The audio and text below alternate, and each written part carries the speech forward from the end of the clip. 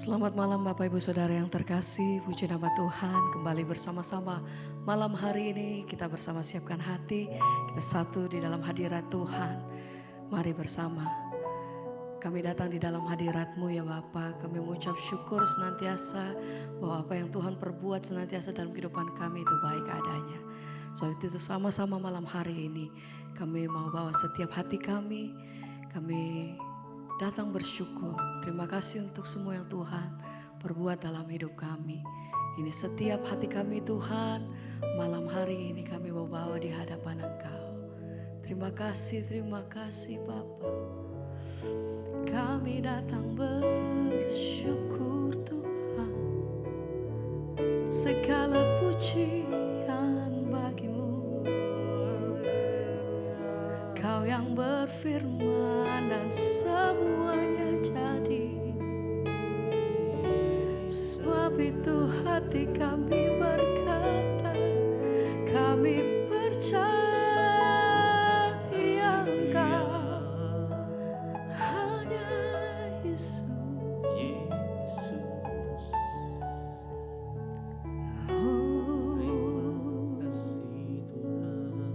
Ini pujian kami Tuhan.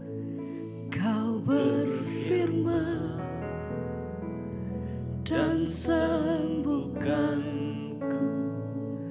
Kau bersabda, amin, dan selamatkan. Tiada yang mustahil, tiada yang mustahil bagimu.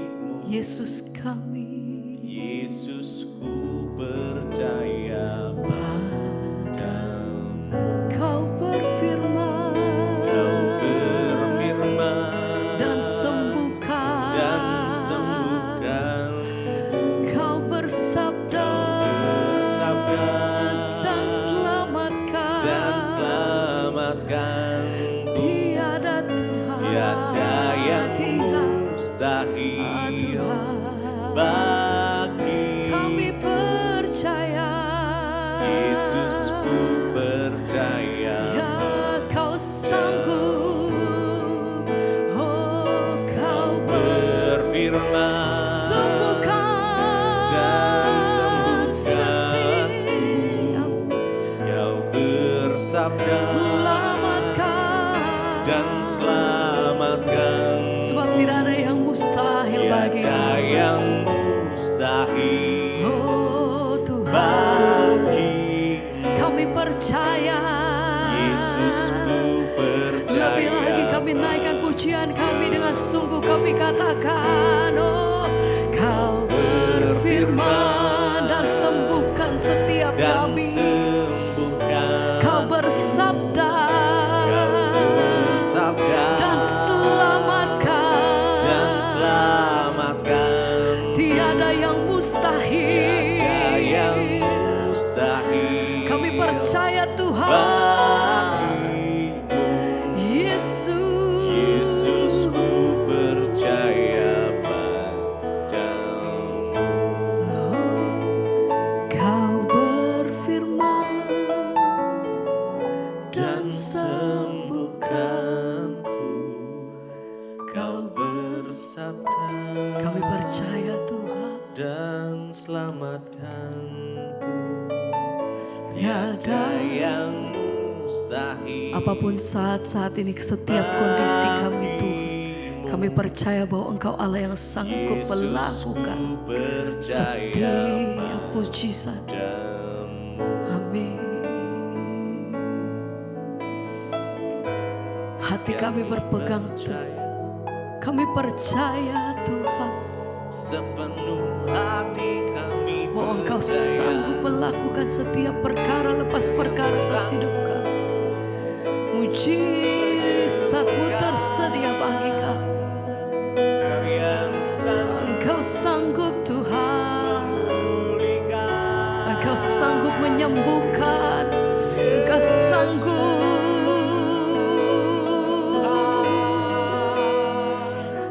Apapun yang kami alami saat-saat ini, satu hal yang kami percaya, bahwa Engkau Allah yang sanggup melakukan segala perkara pada waktu-Mu Tuhan. kami percaya mujizat-Mu. Kami percaya Kau sanggup.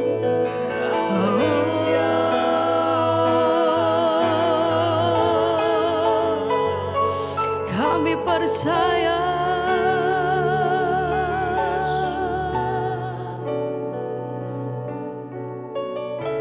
Terima kasih Tuhan, terima kasih. Kau berfirman, Kau berfirman dan sembuhkanku. Kau bersabda dan selamatkan. Tiada yang mustahil. Tiada yang mustahil Bagi Tuhan. bagi Kami percaya. Yesusku percaya. Sekali lagi dengan iman kami nyatakan, Tuhan, Kau berfirman dan sembuhkanku. Kau bersabda dan selamatkanku. Tiada yang mustahil bagi Yesus. Kami berseru, kami percaya Kau berfirman, Kau berfirman dan sembuhkanku. Kau bersabda dan selamatkanku. Tiada yang mustahil bagimu. Yesus, ku percaya padamu.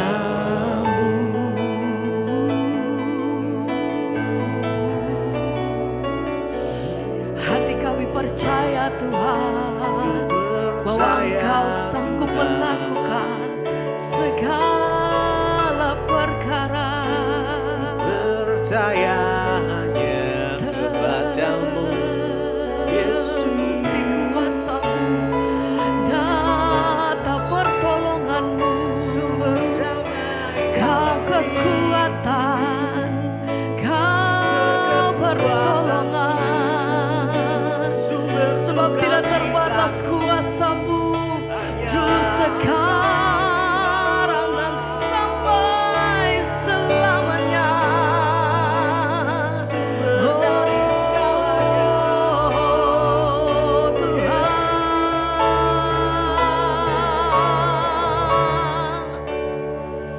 ku percaya Kau Tuhan yang sanggup menaklukkan amin. segala perkaraku. Kau turut bekerja, Kau turut bekerja dalam segala hal bagi kebaikanku. mari bersama nyatakan, Ku percaya Kau Tuhan yang mampu menaklukkan semua masalahku. Kau turut bekerja, Kau turut bekerja amin. dalam segala hal Oh, bagi kebaikan Tuhan, ku percaya Kau Tuhan yang sanggup menaklukkan semua perkaraku.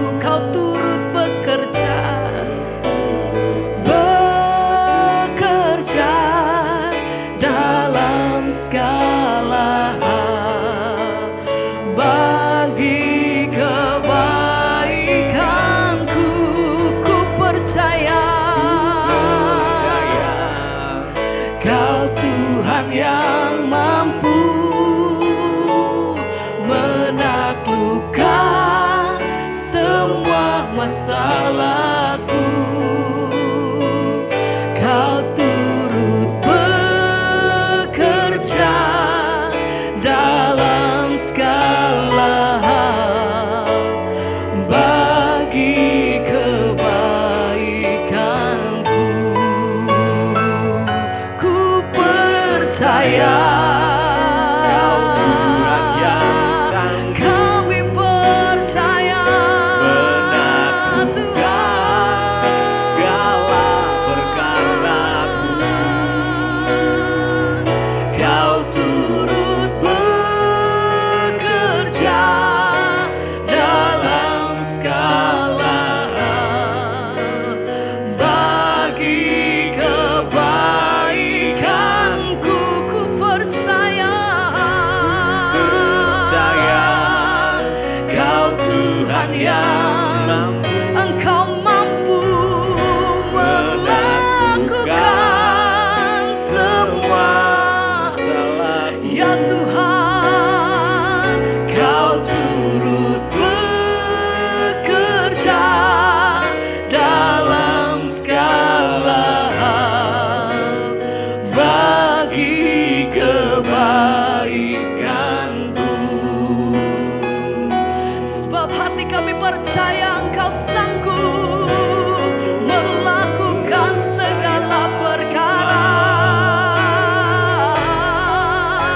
yang kami pegang teguh.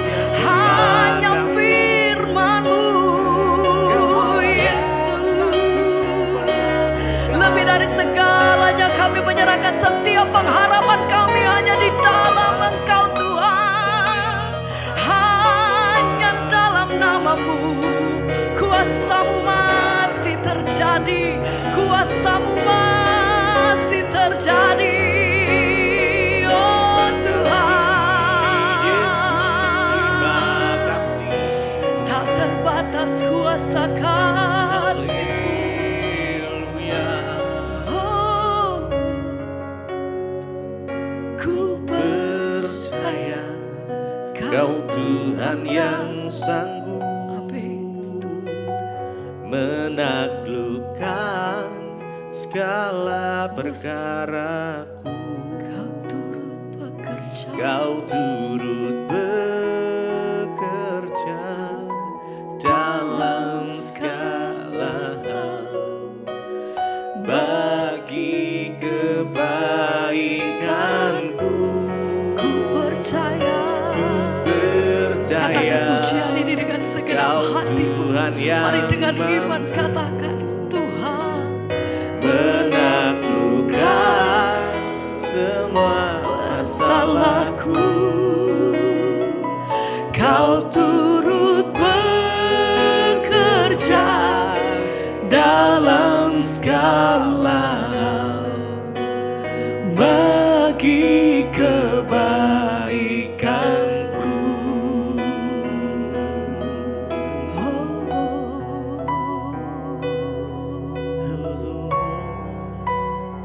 Yang kami pegang. Sebab Engkau Tuhan yang lebih tahu yang terbaik bagi kami. Engkau yang sanggup memulihkan setiap kami. Kami percaya Tuhan, Engkaulah penolong kami yang setia, yang selalu ada untuk kami. Engkau yang mengangkat kami saat kami terjatuh. Engkau yang menggendong kami ya Tuhan. Terima kasih. Jesus. Kau lebih tahu. Yes. Engkau Tuhan. Kau lebih sanggup. Engkau yang sanggup memulihkan setiap kami. Kami berserah. Kami percaya ya Tuhan. Hanya Yesus. Hanya Yesus penolong yang setia. Kau lebih tahu. Mari dengan segenap hati kita tahu yang terbaik bagiku.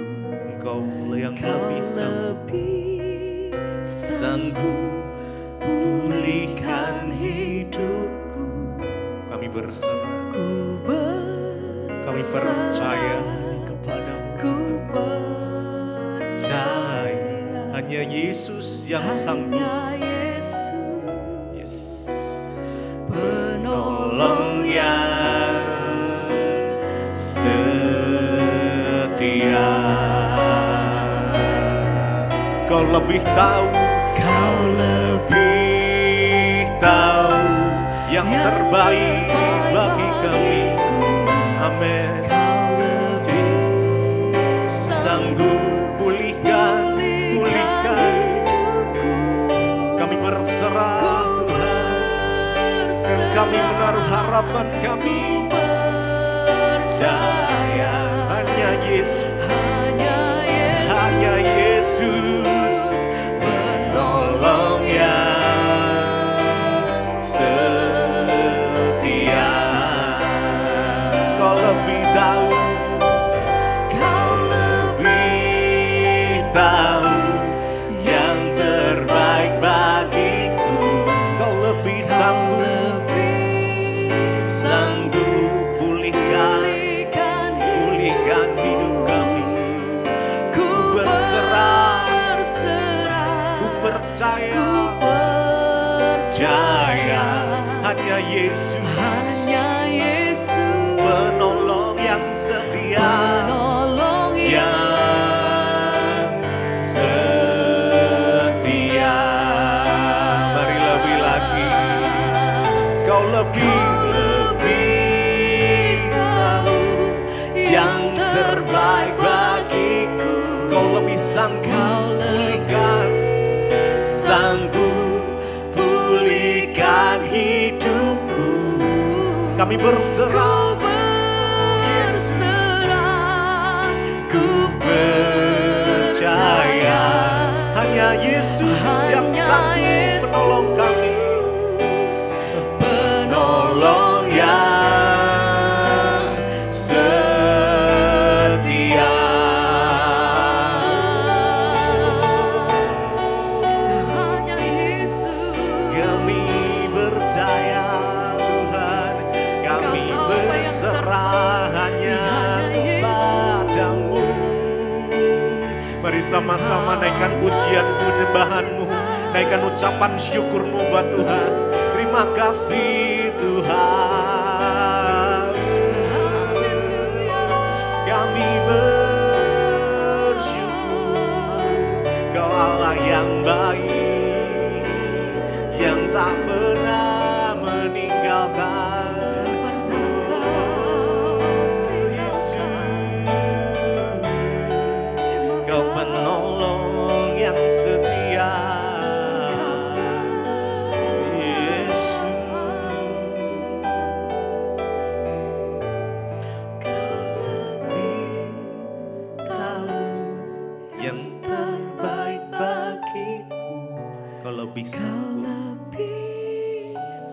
Kaulah yang sanggup memulihkan kondisi setiap kami. Amin, amin.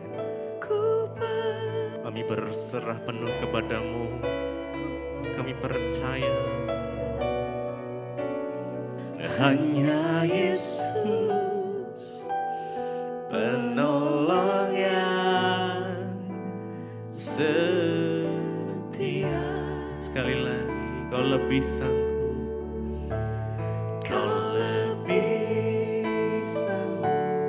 Yang terbaik bagiku, Kau lebih sanggup pulihkan hidupku.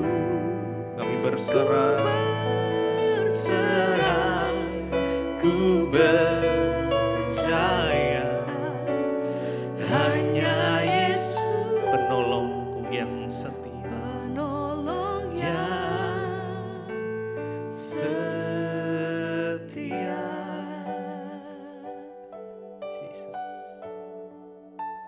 Dalam kondisi situasi apapun yang terjadi di dalam kehidupan kita, Tuhan selalu ada.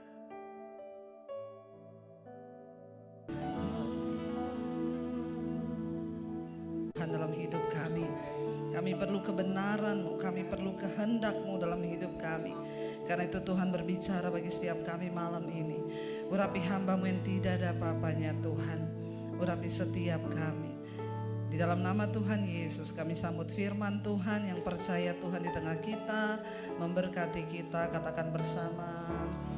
Amin, amin, amin. Silakan duduk. Bapak datang ke tempat ini tentunya dengan sebuah kerinduan kita mengerti rencana dan mengerti janjinya, sekalipun ada orang yang menganggapnya sebagai kelalaian. Tetapi ia sabar terhadap kamu karena ia menghendaki supaya jangan ada yang binasa, melainkan supaya semua orang berbalik dan bertobat.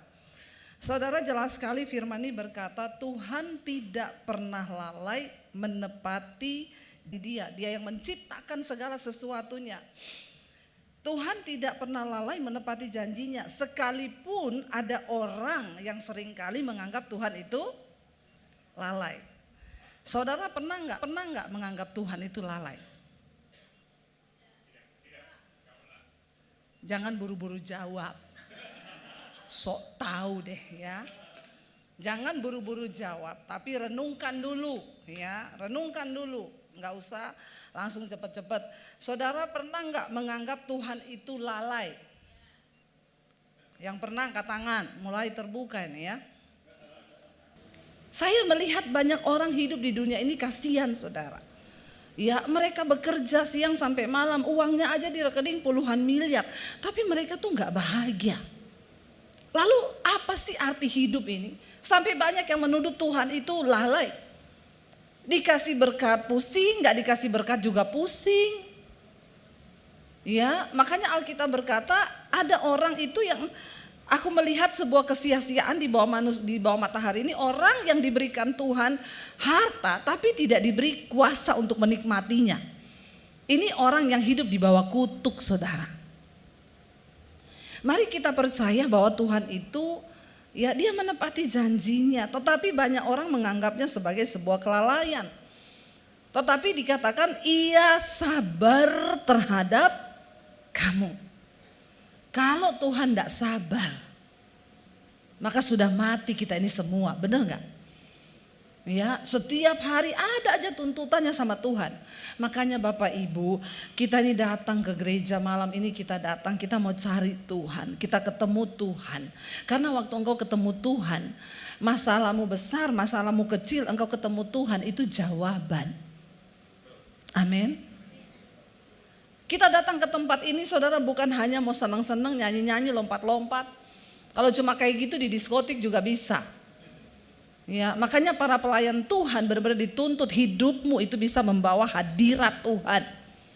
Baik pemusik, WL singers, bukan cuma nyanyi. Kalau nyanyi itu di atas lebih bagus nyanyinya. Tapi kita harus berjumpa dengan Tuhan. Kita harus ketemu dengan hadirat Tuhan. Karena hadirat Tuhan itu yang membawa damai sejahtera, ketenangan di hidup kita. Bahkan kalau kita lihat ayat ini sebenarnya juga Tuhan sedang berbicara. Ya, firman ini sedang berbicara tentang kedatangan Tuhan, saudara. Ya, tentang hari Tuhan. Kalau saudara baca satu perikop ini tentang hari Tuhan. Banyak orang menganggap bahwa mereka berkata begini, enggak usahlah bicara-bicara kiamat. Buktinya dari zaman dulu sampai zaman sekarang Tuhan gak datang-datang. Dikatakan banyak orang menganggap Tuhan itu lalai. Dari dulu dia berkata dia akan datang. Tapi sampai hari ini dia belum datang. Dan dia berkata, Alkitab ini berkata Tuhan itu sabar terhadap kita karena dia tidak ingin ada orang yang binasa. Tapi dia masih kasih kesempatan kita ini semua bertobat. Supaya waktu dia datang kita dalam keadaan kudus dan layak, siap.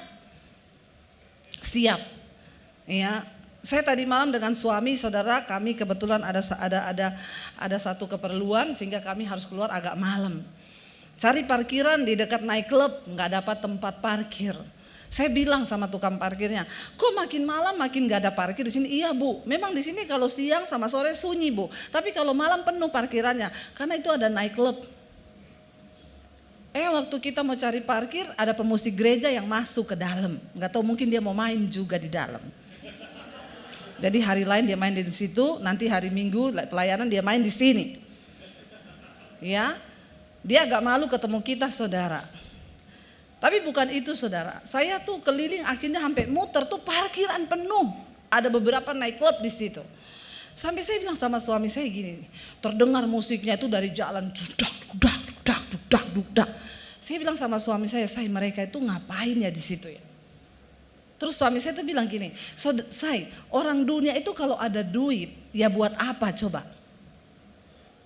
Ya dia ke situ untuk menikmati hidup, dia pikir untuk, ya dia punya uang. Di situ sekali masuk aja udah bayar ratusan ribu untuk bisa masuk aja. Karena dia orang dunia, dia nggak ngerti kebenaran.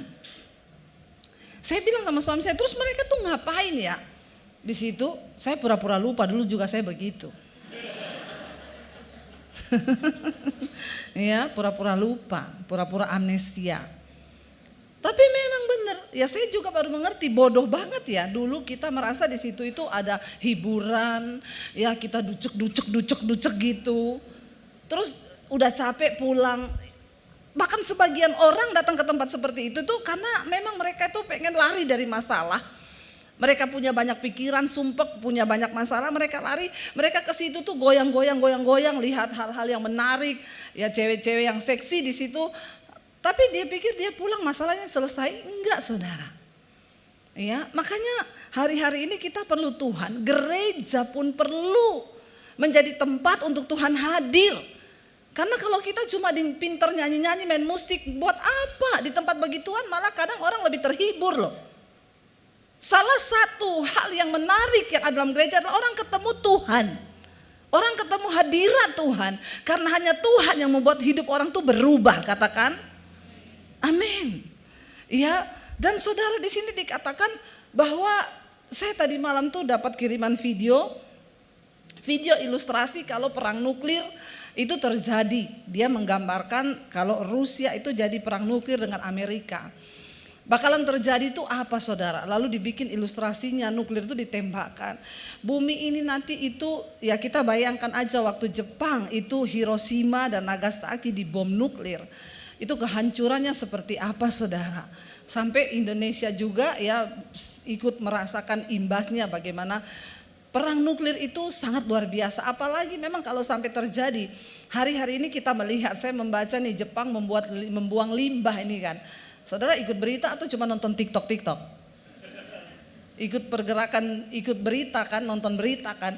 Kita perlu nonton berita dunia, jangan cuma nonton drama Korea terus, amin. Kenapa kita perlu nonton berita dunia? Supaya kita tahu ini apa yang mau terjadi, tanda zaman ini apa. Ya, ini Jepang lagi membuang limbahnya ke laut, limbah nuklir. Lalu saya mulai lihat nih beberapa laut tuh menemukan ikan-ikan pada mati semua. Ya, lalu Korea memberikan ancaman kalau sampai laut kami tercemar, kami tembakkan nuklir nanti. Ini semua apa-apa negara itu sekarang bicaranya nuklir loh. Ya, puji Tuhan Indonesia enggak punya. Kasihan kalau Indonesia bikin nuklir rakyatnya nggak makan semuanya ya. Ya nuklirnya Indonesia ini gede loh. Ya korupsi itu tuh nuklirnya besar itu saudara. Tapi kita bersyukur loh. Ya cuma saudara itu kalau perang nuklir benar-benar terjadi saya lihat ngeri saudara. Nanti bumi ini dingin. Ya seluruh bumi ini akan mengalami dingin karena ya ledakan yang begitu hebat. Ya walaupun mataharinya panas tapi akan terasa dingin dan banyak orang yang akan mati karena suhu dingin itu. Belum racunnya itu. Ya tapi ya saya melihat hal itu ya memang kalau memang sudah mau akhir zaman ya terjadilah. Tapi khotbah-khotbah tentang akhir zaman kayaknya di gereja udah jarang diberitakan ya. Orang cuma disibukkan dengan masalah, kamu tuh harus kuat, kamu tuh harus gini. Hello, kita ini sedang ada di akhir zaman. Ya, mari kita pinggirin dulu masalah kita. Waktu kita tahu kita sedang dipersiapkan menjadi mempelai yang layak untuk masuk di dalam perjamuan kudus anak domba Allah, maka mau atau tidak saudara, berhenti baper, lebay, alay, ya kita harus melihat bahwa kita ini sedang dipersiapkan. Bukan orang sembarangan yang akan masuk surga. Hari demi hari kita ini harus hidup bertanya, Tuhan apa yang sudah aku lakukan bagi kehendak-Mu? Apa Tuhan? Kita baca saudara ayat yang ke-10 karena itu dikatakan di sana. Jadi Tuhan itu belum menepati janjinya sampai hari ini tentang kedatangannya. Karena dia ingin memberi kesempatan manusia itu berbalik dan bertobat. Tinggalkan dosa, datang kepada Tuhan. Ayat 10 berkata, baca bersama. Tetapi hari Tuhan akan tiba seperti pencuri. Pada hari itu langit akan lenyap dengan gemuruh yang dahsyat dan unsur-unsur dunia akan hangus dalam nyala api dan bumi dan segala yang ada di atasnya akan hilang lenyap. Rumahmu hilang? Hilang. Mobil hilang? Hilang. Semuanya akan hilang lenyap. Perhatikan dikatakan, tetapi hari Tuhan akan tiba seperti pencuri. Kemarin di Palu terjadi gempa 6,3 skala Richter. Palu yang pernah mengalami tsunami hebat, likuifasi, itu tanah terbelah saudara. Dan benar-benar itu ya waktu kita datang ke sana, keluarga saya masih di Palu semua. Ada satu perumahan yang benar-benar terkubur hidup-hidup, hilang. Sampai sekarang itu jadi tanah lapang. Gak ada apa-apa, padahal dulu itu perumahan padat penduduk. Waktu gempa itu terjadi likuifasi, ada lumpur yang keluar dan semua rumah itu jatuh ke dalam dan terkubur hidup-hidup. Itu terjadi loh, itu terjadi. Kemarin ketika gempa lagi menggoncang di tempat yang sama titiknya, semua orang berlari keluar ketakutan. Tapi kayaknya memang Tuhan perlu bikin begitu karena sekarang mulai lupa lagi. Mulai lupa lagi, yang selingkuh mulai selingkuh lagi. Sekarang homo banyak lagi, yang homo-homo. Yang lesbi banyak, yang pelakor mulai banyak lagi. Ya, gereja tidak sungguh-sungguh berdiri, gereja nggak sungguh-sungguh berdoa. Ya, gereja itu hanya jadi nggak tahu apa sekarang. Ya perlu, Tuhan itu bikin begitu perlu untuk ingetin lagi. Ya, adik saya telepon, gimana aman? Ya gimana aman ya, kita lari keluar dari rumah, itu loteng bunyinya krok krok krok krok krok krok. Dan yang mereka ingat langsung, waduh peristiwa itu. Mayat bergelimpangan, orang hilang saudara karena ditelan bumi. Alkitab bilang tuh belum ada apa-apanya. Ya, belum ada apa-apanya. Hari Tuhan akan datang seperti pencuri, ya.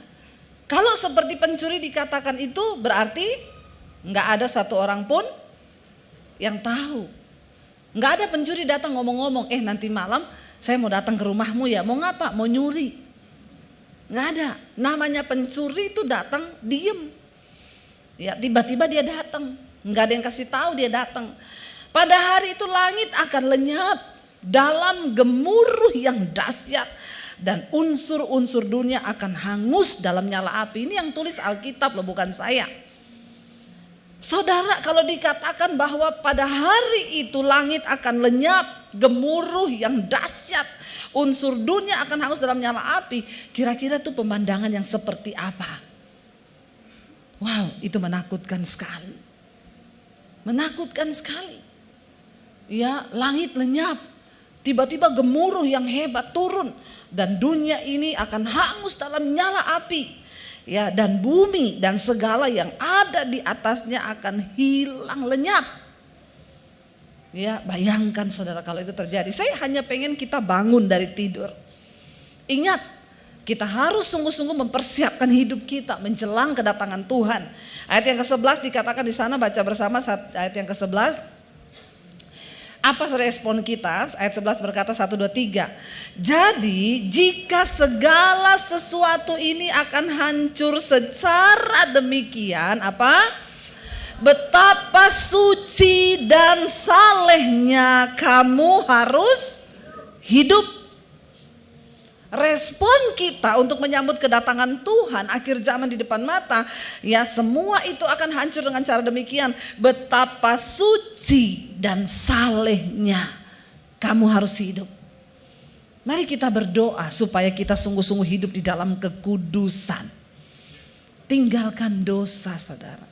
Jangan engkau bermain-main dengan dosa, kenajisan, percabulan, kepahitan, amarah, semua hal yang berbau dosa mari kita buang dan bereskan hidup kita sebelum Tuhan datang kali yang kedua. Karena hari itu akan datang seperti pencuri. Kalau hari ini masih ada waktu, beresin. Saudara punya kepahitan sama siapa? Beresin. Kita berdoa sungguh-sungguh. Minta sama Tuhan, lawatan Tuhan turun atas hidup kita. Semua akan hancur dengan cara yang demikian. Betapa suci dan salehnya kamu harus hidup. Jangan lagi bermain-main dengan Tuhan. Sudah cukup saudara bertanya hari ini, Tuhan apa yang sudah aku lakukan untuk kerajaan-Mu? Apakah aku ini hanya hidup sekedar hidup bagi diriku sendiri? Aku mau berlari Tuhan, menggenapi semua apa yang Tuhan mau untuk aku lakukan. Kita semua terpanggil hari-hari ini Bapak Ibu. Mari jangan cuma duduk datang jadi jemaat yang bikin panas kursi gereja, lalu gak ada hidup kita dampak apa-apa. Mari kita buka mata. Saya hari-hari ini digerakkan Tuhan untuk ingetin jemaat. Ingetin tentang kedatangan Tuhan yang sudah mendekat. Karena hari-hari ini khotbah-khotbah tentang kedatangan Tuhan, tentang kekudusan sudah hampir hilang di dalam gereja. Kita sibuk dengan permasalahan, kita sibuk dengan apa yang iblis tipu hari-hari ini. Penderitaan, persoalan, padahal kita lupa ada begitu banyak hal besar yang harus kita lakukan menjelang hari Tuhan yang mendekat. Ayo kita berlomba Bapak Ibu. Ya, setidaknya siapa yang ada di sampingmu hari ini, keluargamu, anakmu, saudaramu, engkau bisa kirim firman lewat WA kepada anak-anakmu. Ya, kasih tahu kebenaran firman. Sampaikan. Hari-hari ini saya banyak melayani orang-orang Kristen, anak-anak yang mereka hancur dalam keluarga, orang tua yang sudah tidak ada harapan. Bu, saya udah angkat tangan dengan anak saya, Bu. Saya nggak bisa apa-apa, saya kerasin dia mau bunuh diri, saya lembutin dia pergi tidur sama pacarnya laki-laki. Saya ini sudah bingung mau ngapain, ini terjadi saudara. Dan kita lihat nih akhir zaman, iblis menipu begitu banyak manusia. Ya, dan kita ini harus berdiri di atas kebenaran firman Tuhan. Ya, saya tuh melihat orang-orang pergi ke night club, ya saya tuh cuma melihat Tuhan betapa banyak yang akan binasa. Mereka mencari penghiburan itu di luar Tuhan. Tapi mungkin mereka minggu ke gereja saudara. Karena saya lihat tampang-tampangnya tampang-tampang orang Kristen. Cuma saya nggak tanya aja. Iya saudara, saya bilang sama suami, kayaknya mereka tuh tampang orang pemain musik gereja aja masuk, mungkin dia main di dalam. Tapi ini terjadi. Akhir zaman. Ya, jangan tertipu. Jangan engkau gagal fokus di dunia ini. Kembalikan fokusmu kepada Tuhan. Dikatakan kalau semuanya akan hancur dengan cara demikian, betapa suci dan salehnya kita akan terus hidup. Ayo, ya, kita ada di zaman kasih karunia, tetapi standar kekudusan Tuhan itu nggak pernah berubah. Ya, jangan diganti-ganti saudara.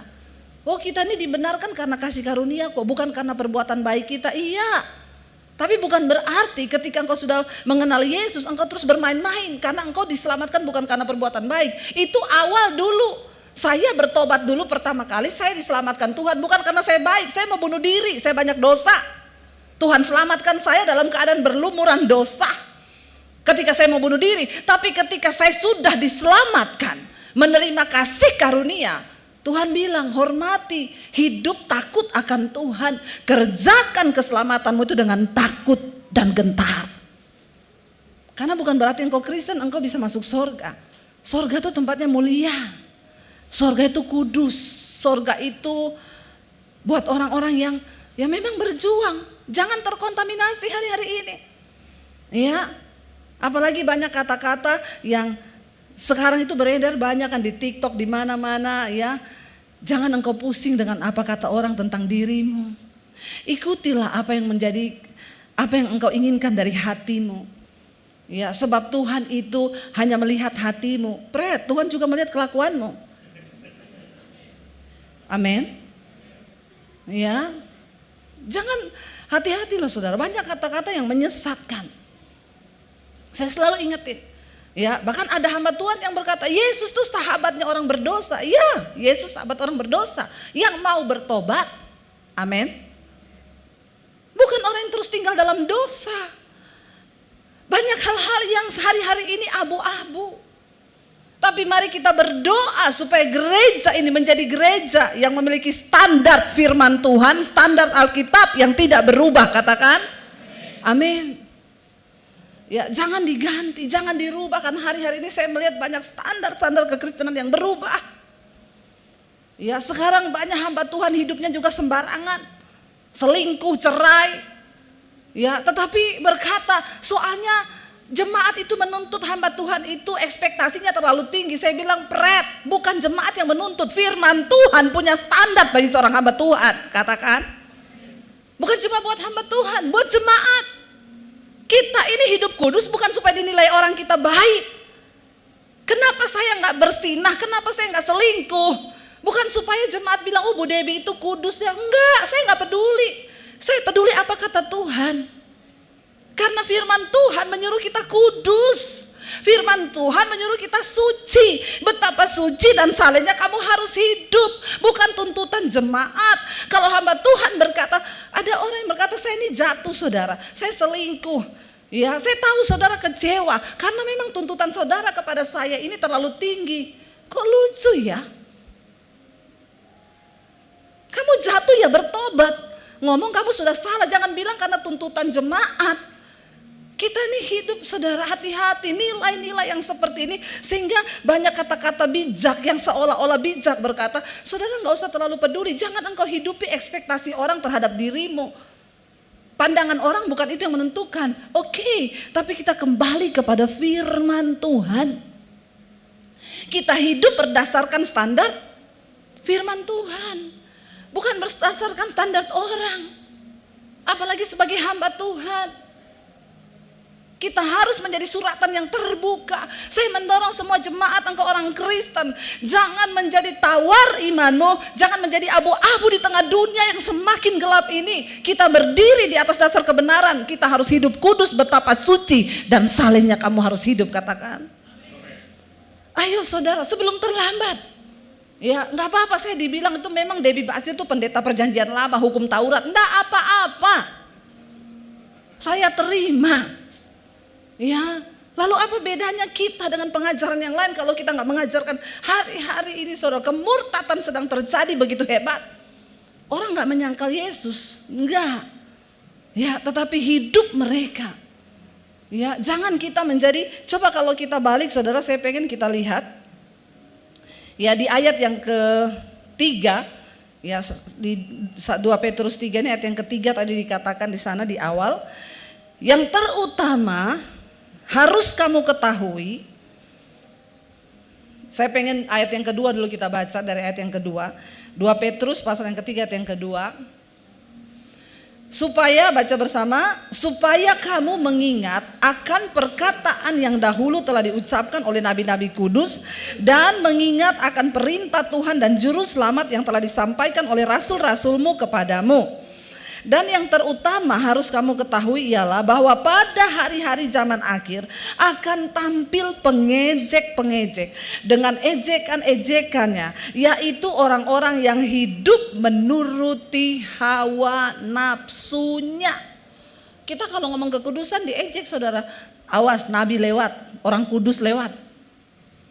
Saudara nggak merokok diejek, tapi enggak apa-apa. Apa yang menjadi tanda bahwa mereka itu pengejek-pengejek akhir zaman? Mereka hidup menuruti hawa nafsu. Ya, itu saudara, hidup menuruti hawa nafsu. Ya, katanya Kristen, bersinah jalan terus. Ya, rokok jalan terus, mabok jalan terus, dugem jalan terus, hawa nafsu terus yang diikuti. Itu tanda-tandanya pengejek akhir zaman. Mereka mengikuti hawa nafsunya. Ya, dengan ejekan-ejekannya orang-orang yang hidup menuruti hawa nafsu. Kita sebagai anak Tuhan, mari kita berdiri saudara. Ya, sungguh-sungguh dalam kebenaran. Saya cuma mau ngomong ini. Ya, kita lihat ya kemarin terjadi bencana di Hawaii itu begitu banyak saudara korban jiwa. Ya, tadi lagi ada banjir bandang, berapa ribu orang mati, 10.000 orang hilang. Hari-hari ini kita nggak tahu apa yang akan terjadi ke depan. Jangan santai. Ya, bukan soal matinya kapan, kita mati kapan aja. Kalau memang sudah waktunya mati ya pasti mati. Tapi pertanyaannya apakah kita ini siap? Supaya jangan ada penyesalan. Ya, dan di sini dikatakan Tuhan itu memberikan kesempatan. Kenapa ia sabar? Ia sabar terhadap kamu karena ia ingin tidak ada seorang pun yang binasa. Ya, tetapi semua orang berbalik dan bertobat. Coba kita ulangi itu tadi ayat 9. Tuhan itu tidak lalai menepati janjinya sekalipun ada orang yang menganggapnya sebagai kelalaian. Tetapi ia sabar terhadap kamu karena apa? Baca. Ia menghendaki supaya jangan ada yang binasa, melainkan supaya semua orang berbalik dan bertobat datang kepadanya. Kalau dikatakan Tuhan masih memperpanjang waktu ini karena dia nggak pengen ada yang binasa loh. Tuhan masih tunggu. Kalau dikatakan ya karena ia menghendaki supaya jangan ada yang binasa, berarti ada kemungkinan nggak ada yang binasa? Ada. Tapi Tuhan gak mau kita binasa. Dia kasih kesempatan bertobat.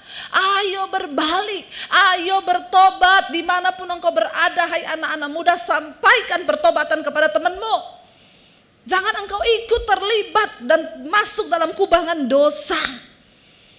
Engkau yang harus membawa suara Tuhan itu ngomong ke temanmu bertobat. Keluar dari kenajisan. Keluar dari homoseksual, keluar dari perselingkuhan, keluar dari dugem, keluar dari rokok. Ayo kuduskan hidup kita. Karena bukan orang sembarangan yang akan masuk dalam kerajaan Allah. Bukan orang sembarangan yang bisa masuk surga. Kita masuk istana presiden aja gak boleh sembarangan. Apalagi kita masuk dalam kerajaan Allah. Ya, di dalam Wahyu dikatakan di sana Yohanes melihat orang-orang berdiri memakai jubah putih. Dan dia bertanya kepada tua-tua itu, siapa mereka yang memakai jubah putih itu? Tua-tua itu berkata, mereka adalah orang-orang yang keluar dari kesusahan yang besar di bumi. Tapi mereka berhasil menjaga jubahnya tetap putih dalam darah anak domba Allah. Amin saudara. Tuhan gak mau kita main-main saudara. Ayo kita ini sungguh-sungguh hidup dalam pertobatan. Kita sungguh-sungguh berbalik. Selama masih ada kesempatan, ada waktu. Mari saudara. Ya, hari-hari ini Tuhan terus mendorong saya bicara tentang akhir zaman. Saya gak tahu kenapa. Tapi sebagai hamba Tuhan saya hanya mau taat bicara. Sampaikan tentang akhir zaman. Tentang pertobatan. Orang harus berbalik kepada Tuhan. Datang kepada kekudusan. Tinggalkan dosa. Waktu kita sungguh-sungguh hidup dalam kekudusan, kita akan kuat mengalami semua penderitaan. Ya, hidup ini saudara. Saya kemarin baru menguatkan seorang ibu yang, saya juga rasa ya, berat sekali bebannya. Tapi puji Tuhan, ibu itu menerima semua yang terjadi itu sebagai cara Tuhan untuk membawa dia pada pertobatan. Ya, saudara, tidak mudah yang dia lalui, tidak mudah yang dia alami memang. Ya, ketika saya bertemu ibu ini, anaknya menikah, kalau nggak salah udah 3 tahun apa berapa tahun belum hamil. Dia bilang, Bu Dewi doain dong, saya pengen punya cucu. Ini anak satu-satunya anak saya. Ya udah ayo kita berdoa. Sebulan kemudian anak itu hamil. Ya, 2 bulan 1,5 bulan yang lalu dia melahirkan anak perempuan. Ketika dia melahirkan, ibu ini seneng dong, dapat anak kan, dapat cucu kan. Lagi senang-senangnya gendong cucu, tiba-tiba dia sakit, divonis dokter kena cancer. Saudara, kisah berubah tragis. Dari kebahagiaan menjadi sesuatu yang kayaknya kaget. Lalu ibu ini harus pergi ke luar kota untuk berobat. Lagi berobat di luar kota, ternyata anaknya yang baru melahirkan meninggal. Saudara, jadi tinggalin cucunya yang baru berumur 1,5 bulan. Dan ibu ini nggak diberitahu kalau anaknya sudah meninggal karena mereka takut kalau ibu ini syok. Tapi menjelang penguburan dia harus tetap dibawa pulang karena nggak bisa bohongin. Dibawa pulang dia tanya, kenapa saya harus pulang? Ibu harus urus paspor alasannya karena paspor ibu sudah mau mati, bukan harus berobat ke luar negeri. Pulang dulu urus paspor. Sampai di rumah banyak orang. Saya dikirimin videonya. Dia seneng ketawa-ketawa, kok banyak orang. Dia pikir ya ini orang-orang sambut ibu. Masuk di rumah lihat anaknya terbaring kaku. Ya meninggal. Saya sempat telepon dia, saya bilang, Bu, Tuhan tidak pernah lalai, Bu. Dia nangis bercucuran air mata. Iya Bu Debbie, Tuhan gak pernah salah. Tuhan baik ya Bu. Iya Tuhan baik Bu. Saya harus makin sungguh-sungguh lagi dengan Tuhan Bu. Saya mau bertobat sungguh-sungguh dekat dengan Tuhan. Wow, saya mendengar dia bilang begitu. Yes, tadinya saya takut kalau dia menjauh dari Tuhan. Karena dia merasa ini adalah penghukuman Tuhan atau apa. Saya takut dia itu mana Tuhan. Ternyata responnya ketika saya bertelepon, Bu yang kuat ya Bu. Iya Bu Debbie, Tuhan baik Bu. Tuhan gak salah, Tuhan gak lalai. Saya harus sungguh-sungguh lebih lagi mencari Tuhan Bu. Saya mau lebih dekat lagi sama Tuhan. Inilah hidup. Kita gak pernah tahu saudara. Tapi makanya mari kita dekat dengan Tuhan. Kita gak punya cukup kekuatan menghadapi banyak hal di dunia ini. Hanya satu kekuatan kita, waktu kita dekat dengan Tuhan. Ya, saya tidak berhutang lagi. Saya sampaikan hari ini kepada saudara.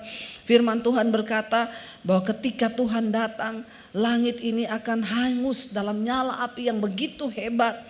Dan jika segala sesuatu ini akan hancur secara demikian, betapa suci dan salehnya kamu harus hidup. Ayat 12 dikatakan apa? Yaitu kamu yang apa? Yang menantikan dan mempercepat kedatangan hari Allah. Pada hari itu langit akan binasa dalam api dan unsur-unsur dunia akan hancur karena nyalanya. Kita dikatakan adalah orang-orang yang mempercepat kedatangan Tuhan. Siapa yang mau Tuhan cepat datang? Hanya sedikit ya, yang lain masih suka di dunia. Ya, saudara, kalau Tuhan datang, kita nih pindah loh dalam kerajaan damai. Dunia ini bukan tempat kita. Di sini nih kita cuman transit. Ada orang berangkat mau lama-lama di negeri transit?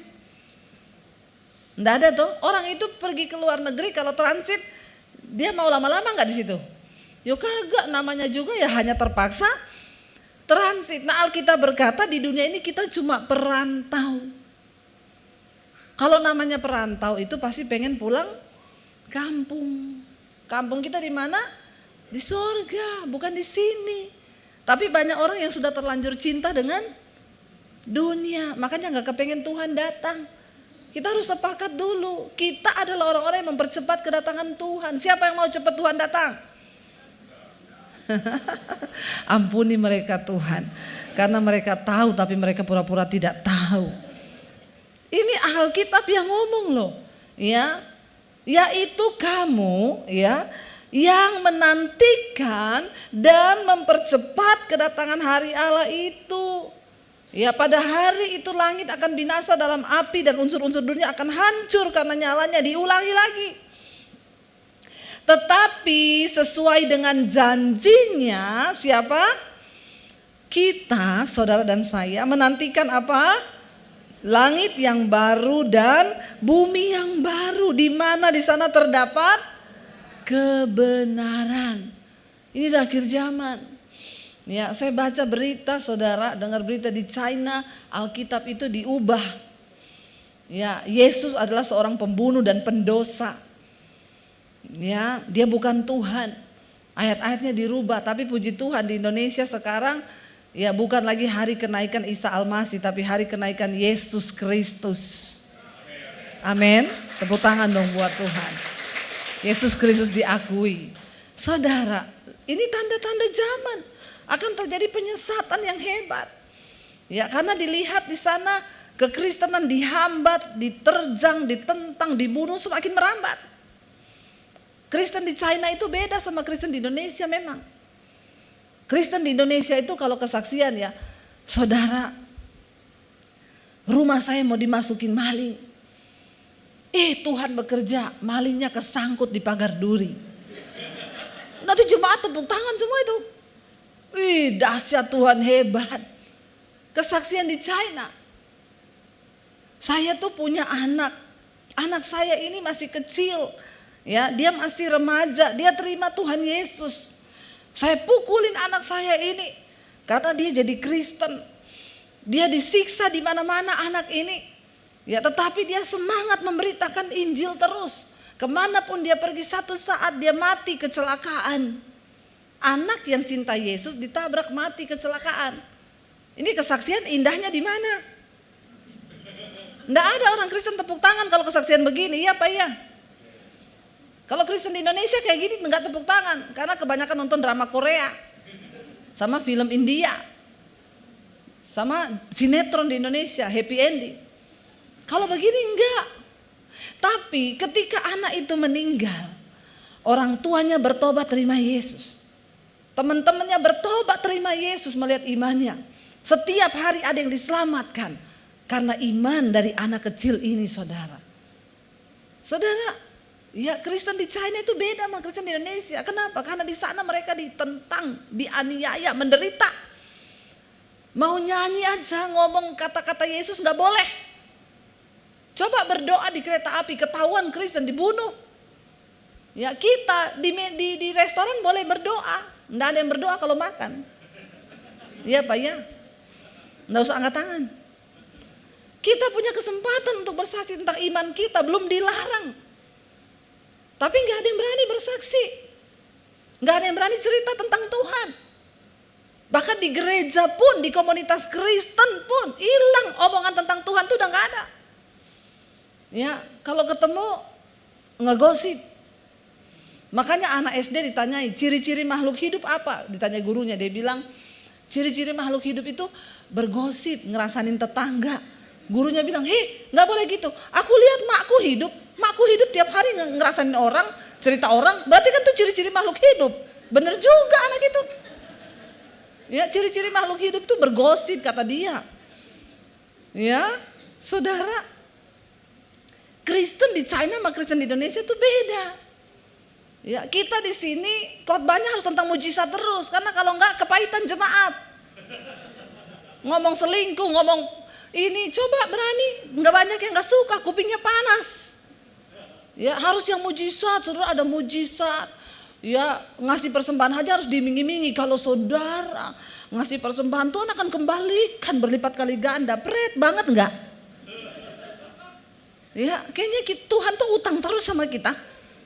Maka harus diiming-imingi. Kalau saudara menabur begini, saudara akan kembali berlipat kali ganda. Ya, kalau saudara percaya Yesus, saudara akan gini. Stop, saudara. Ayo kita bertumbuh menjadi jemaat yang dewasa. Amin. Yang berkata, Tuhan walaupun gak engkau balikin, kasih Tuhan tuh udah cukup luar biasa bagi saya. Ya. Makanya saya kadang-kadang kalau sesuatu orang ngomong, Bu Tuhan berkati, Tuhan balaskan berlipat kali ganda. Saya bilang enggak, Tuhan sudah memberikan terlalu banyak buat saya. Enggak ada yang perlu Tuhan balaskan lagi. Kok Tuhan balas semua udah Tuhan berikan. Bahkan nyawanya udah diberikan buat kita.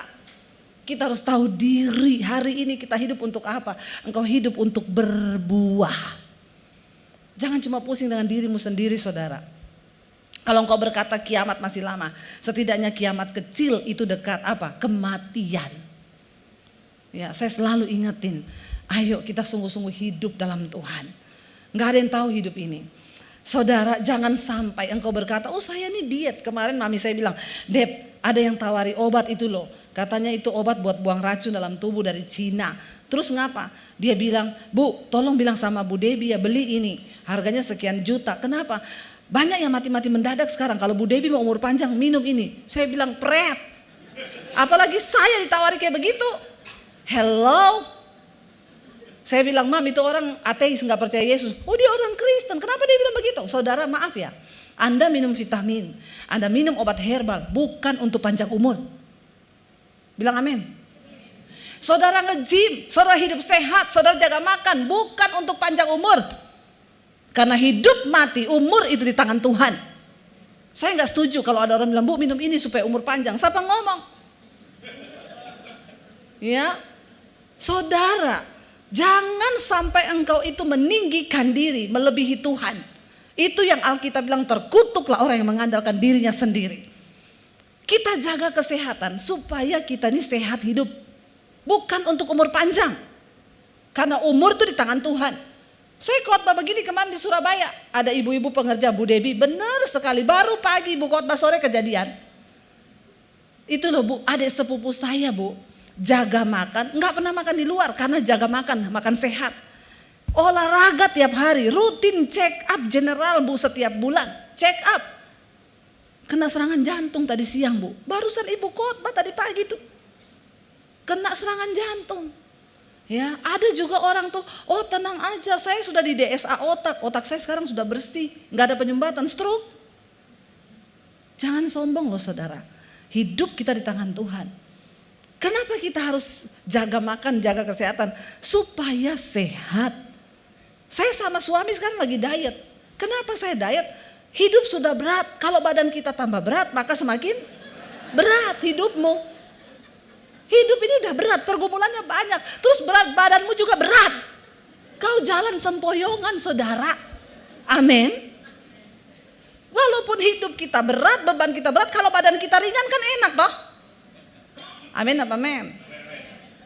Makanya saya kadang heran lihat bapak-bapak yang perutnya buncit. Maaf ya Pak. Kalau mau tersinggung puji Tuhan. Kadang saya ngomong sama suami saya itu bapak tuh loh, astaga aku nih pernah hamil 9 bulan toh ya. 9 bulan perut saya besar, itu begas saudara, tidur aja gak enak, bernapas gak enak. Itu bapak sudah berapa tahun dia bawa perut itu ya. Kok gak begah ya, dan dia tidak merasa bersalah melihat perut itu saudara. Ya bukan apa-apa saudara, benar gak? Kita nih harus sehat supaya kita hidup sehat. Tapi urusan mati itu di tangan Tuhan. Ya di tangan Tuhan. Makanya ada orang yang berdosa, merokok, mabuk, minum bisa umur panjang 160 tahun loh. Saya baca umur orang terpanjang di dunia. Ya dia masuk di Guinness Book Record. Saudara itu bapak kalau gak salah ya umurnya tuh mencapai hampir 150 kayaknya. Ditanya rahasia hidup sehatnya apa? Kawin cerai, merokok, mabuk, semua dosa dia lakukan loh. Tapi umur panjang. Kenapa saudara? Saya baru tahu Alkitab bilang Tuhan itu tidak berkenan pada kematian orang fasik. Tapi pada pertobatannya. Sebenarnya Tuhan tuh tidak mau orang fasik itu mati. Makanya kita kalau orang jahat jangan kau doakan mati. Tidak mungkin mati dia. Karena Tuhan tidak berkenan pada kematian orang fasik. Tapi pada pertobatannya. Tapi ada yang gak tobat-tobat memang ya sudah diambil sama setan. Ya, jadi saudara, memang orang-orang berdosa itu panjang umur. Lama matinya. Karena Tuhan tunggu dia tobat. Tuhan tidak mau orang binasa. Tuhan tidak mau, makanya ya jangan kau bilang gini, oh kalau gitu saya biar umur panjang dosa aja ya Bu. Nah ini bertobat saudara ya, hati-hati ya. Ada juga yang lagi selingkuh mati, ya karena istrinya berdoa di rumah. Ya kebanyakan bohong, istrinya berdoa, Tuhan dimanapun suami saya berada jamah dia Tuhan. Lagi selingkuh, lagi bersinah di jamah Tuhan, mati saudara. Mati ya, lagi berdosa toh, hati-hati. Jadi saudara hidup ini kita nggak tahu apa yang akan terjadi ke depan. Jangan andalkan kekuatanmu. Ayo cari Tuhan. Ayo hidup sepadan dengan panggilannya, dengan kebenarannya. Jaga kekudusan. Di sana dikatakan kita ini orang-orang yang mempercepat kedatangan hari Tuhan. Tapi jangan takut. Kita menantikan langit yang baru dan bumi yang baru. Di sana ndak ada polusi. Nggak ada. Saudara mau hidup di langit yang baru dan bumi yang baru? Saya tuh ketemu dengan orang-orang yang pernah mati. Ya pernah dibawa Tuhan mati. Itu semua ngomong kematian tuh indah. Mati tuh indah. Ya, mati itu indah. Semua tuh ngomong, enak Bu, saya dibawa di padang yang begitu indah Bu. Tenang di sana. Tapi suruh pulang lagi. Ya, saya pernah rasa begitu, saya tidur nyenyak banget saudara. Saya kayak di satu tempat yang begitu indah. Tiba-tiba ada suara yang bilang gini, kalau kamu tidur terus kamu mati loh. Tapi saya gak kepengen bangun, saya pengen tidur terus karena enak banget memang. Tempat itu indah. Tapi saya ingat, kalau saya mati suami saya kawin lagi, saya bangun. Cepet-cepet saya bangun. Enak aja dia kawin lagi saudara ya. Jadi saya bangun, itu yang membuat saya cepat bangun saudara. Bukan itu ya, saya bilang kalau saya mati anak-anak masih kecil dia kawin lagi. Wah anak-anak saya dapat ibu tiri lebih kejam dari ibu kota. Ya, tapi enggak, kalau ibu tirinya bertobat kagak.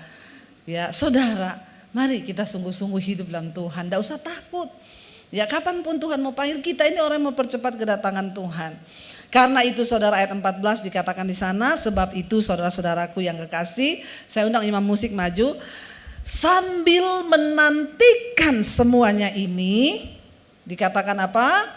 Kamu harus berusaha supaya kamu kedapatan tak bercacat dan tak bernoda di hadapannya dalam perdamaian dengan Dia. Amin.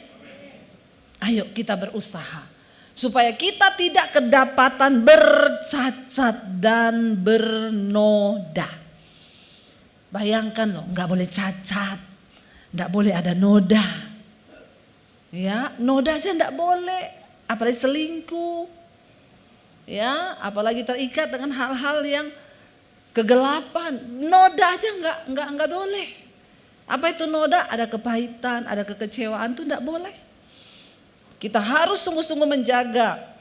Ya, dan dikatakan di sana ayat 15, anggaplah kesabaran Tuhan kita sebagai kesempatan bagimu untuk apa? Beroleh selamat. Kenapa sampai hari ini Tuhan belum datang? Dia masih sabar supaya kita ini boleh selamat. Seperti juga Paulus saudara kita yang kekasih telah menuliskan kepadamu menurut hikmat yang dikaruniakan kepadanya. Mari Bapak Ibu, satu hal yang Tuhan mau, Dia masih membuka pintu keselamatan bagi setiap kita. Mari kita berjaga-jaga hari-hari ini. Kita bangkit berdiri, kita naikkan pujian, kudus-kuduslah, kuduslah Tuhan. Engkau Allah semesta alam, Allah yang kami hormati. Mari angkat tanganmu di hadapan Tuhan. Kudus, kuduslah, kuduslah Tuhan, Allah semesta alam. Kudus, kuduslah, kuduslah Tuhan, surga bumi menyembah.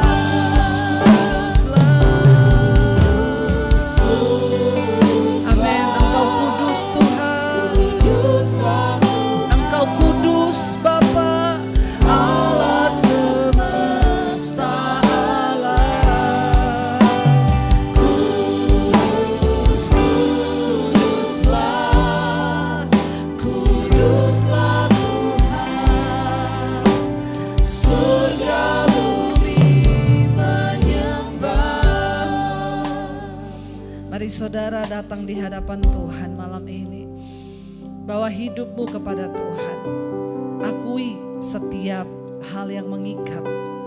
Bilang Tuhan, kami mau berusaha agar kami tidak bercacat dan tidak bernoda pada saat Engkau datang kali yang kedua Tuhan. Biar hidup kami kedapatan berkenan. Hamba sudah menyampaikan apa yang sudah Tuhan taruh di hati hamba-Mu hari-hari ini, agar umat Tuhan dipersiapkan menghadapi hari kedatangan Tuhan. Karena bumi ini, langit akan lenyap dalam unsur-unsur nyala api yang begitu dahsyat. Karena itu betapa kudus dan sucinya Engkau harus hidup. Hari ini katakan Tuhan, ini hidup kami. Kami mau berbalik dan bertobat kepada Tuhan. Kami mau tinggalkan segala ikatan-ikatan dosa. Hamba berdoa hari ini Tuhan, setiap mereka yang terikat dengan dosa-dosa kenajisan, percabulan, homoseksual, lesbian, kenajisan, kepahitan, amarah, dendam, kekecewaan, Tuhan lepaskan dalam nama Yesus. Tuhan lepaskan dalam nama Yesus. Kami mau dimerdekakan Tuhan. Biar ini menjadi panggilan Tuhan dalam hidup kami, untuk menyerahkan hidup kami dalam kekudusan. Diberkatilah engkau dalam hidupmu, diberkati rumah tanggamu, diberkati pekerjaanmu, diberkati kesehatanmu, diberkati keuanganmu. Dan engkau akan menjadi berkat bagi banyak orang. Karena itu terimalah kiranya berkat, rahmat, anugerah dari Allah Bapa, cinta kasih Tuhan Yesus Kristus, penyertaan Allah Roh Kudus menyertai hidup kita mulai hari ini bahkan sampai kali yang kedua. Tuhan Yesus datang menyertai kita semua, mengangkat kita dalam kemuliaannya, dan nama kita tercatat di dalam kitab kehidupan. Di dalam nama Tuhan Yesus yang percaya diberkati Tuhan, katakan bersama. Amin, amin, amin. Tuhan Yesus memberkati.